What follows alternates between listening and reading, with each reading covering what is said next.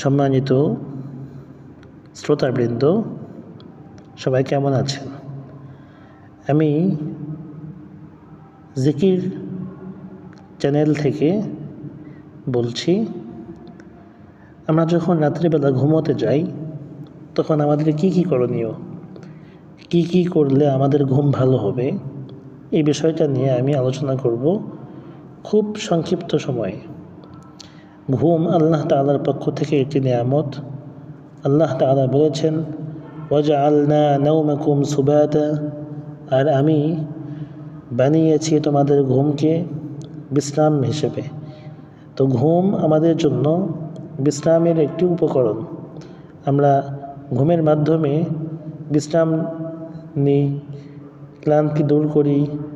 তো ঘুম যেহেতু আল্লাহ তাআলার নিয়ামত, এজন্য ঘুমটাও যেন ইবাদত হয়, সে কাজ করতে হবে।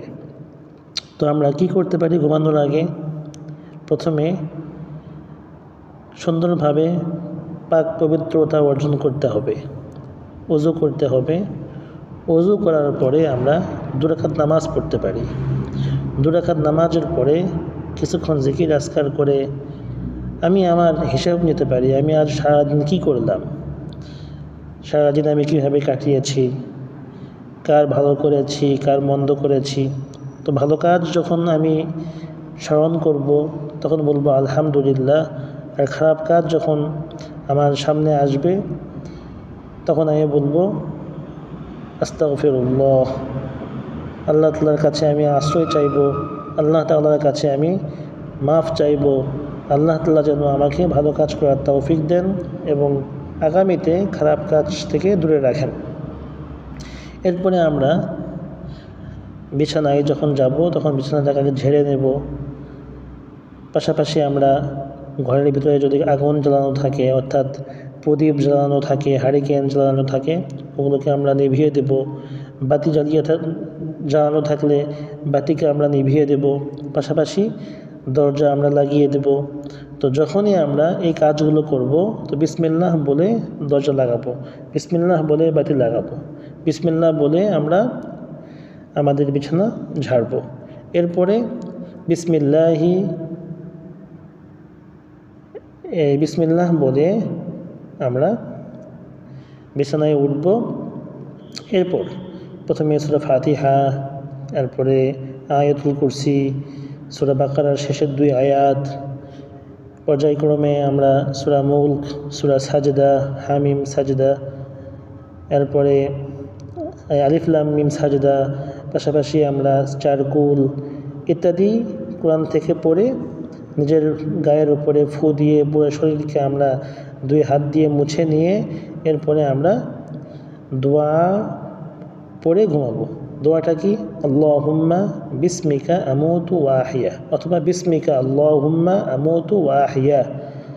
হে আল্লাহ, আমি আপনার নামেই ঘুমাই এবং আপনার নামে জীবিত হই।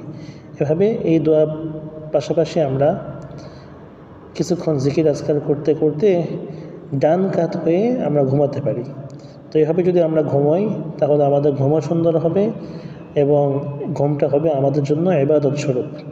আর অবশ্যই একটা কথা জরুরি মনে রাখা দরকার, ঘুমানোর আগে আমরা কখনোই আমাদের যে স্ক্রিন টাচ ফোন আছে এটাকে আমরা নেব না, কারণ এটাকে নিলে শয়তান আমাদেরকে ওয়াসওয়াসা দেবে, আমাদের ঘুম থেকে আমাদের দূরে রাখবে।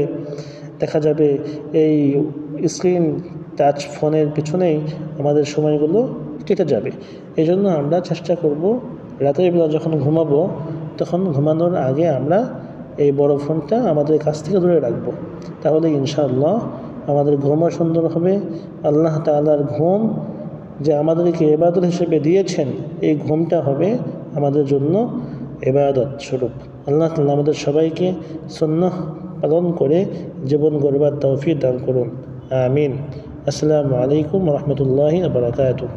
আর হ্যাঁ, অবশ্যই আমাদের জিকির এই চ্যানেলটি সাবস্ক্রাইব করবেন, লাইক কমেন্ট করবেন, শেয়ার করবেন, আমাদের সঙ্গে থাকবেন ইনশাআল্লাহ। আল্লাহ তাআলা আপনাদের সবাইকে সুস্থ রাখুন, সুন্দর রাখুন এবং সবসময় আমলের সঙ্গে রাখুন। আসসালামু আলাইকুম ওয়া রাহমাতুল্লাহি ওয়া বারাকাতুহু।